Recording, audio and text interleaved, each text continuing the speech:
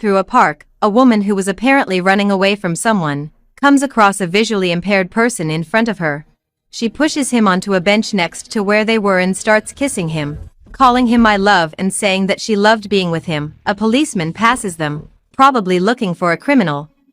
She tries to hide it and apologizes, saying that she confused him with her fiancé. After apologizing, she quickly leaves.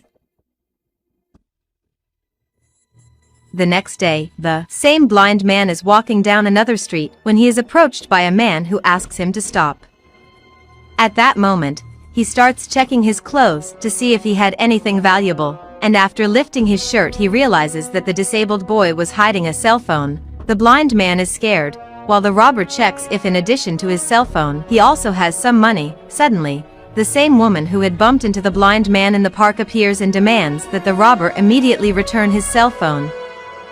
He refuses, and she threatens him, and he fearfully returns the cell phone and leaves. The girl asks if everything is okay, and he says yes. He thanks her for the kindness, and she wants to know what someone with such a beautiful smile would be doing in that place.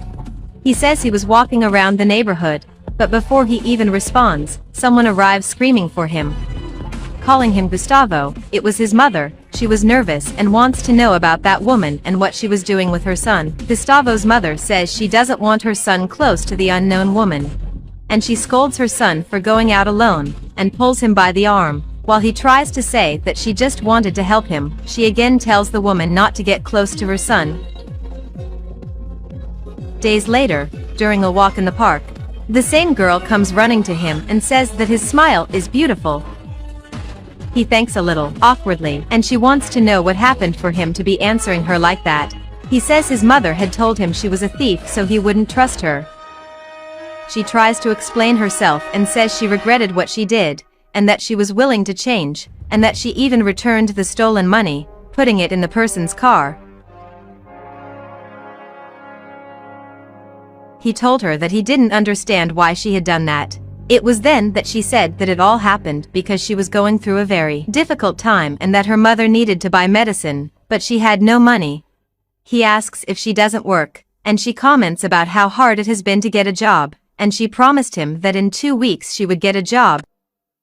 He agreed, but said he had never been this close to anyone, and that's why he was afraid to fall in love. She said fine, but asks that at least they can be friends.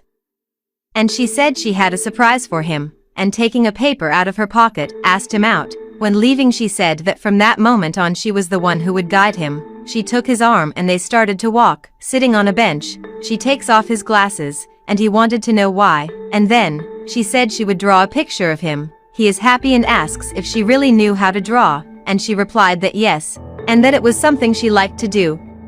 He also wanted to know if she had already taken a drawing course, and she replied that she always liked it and that she gradually improved. The two talk a lot, and at one point in the conversation she says she would like to study architecture. He was surprised, as it was also a course he would like to take. She finishes the drawing and delivers it to his hands, and says that she hopes he will keep it, because she had done it with great care. He was very happy.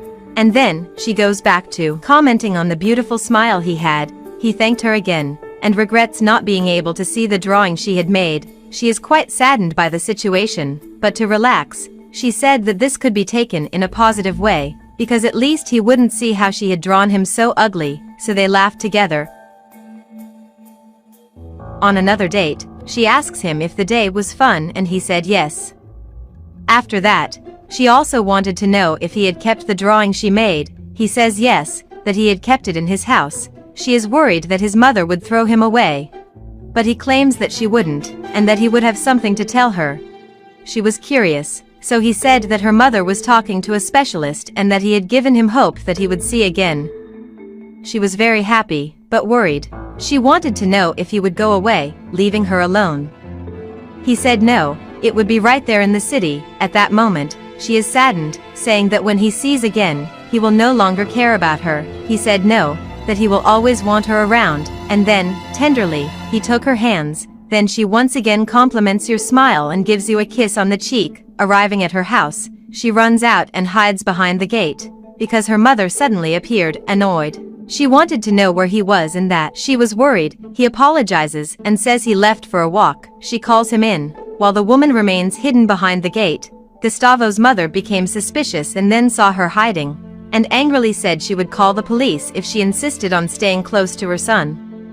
And she replies that she didn't want to hurt Gustavo and that she was in love with him, but the mother got even more angry, and said that she didn't allow any kind of relationship between them. She insisted on trying to convince her that she had changed, but it was no use.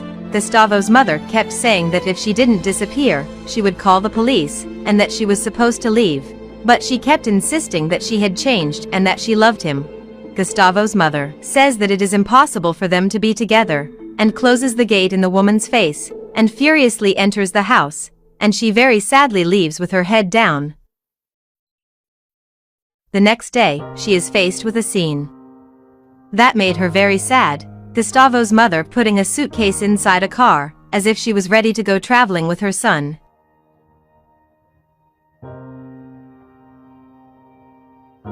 And that really was it, and together with the son they leave, leaving the woman very upset. Seeing them leaving, she desperately runs after the car, but it's no use.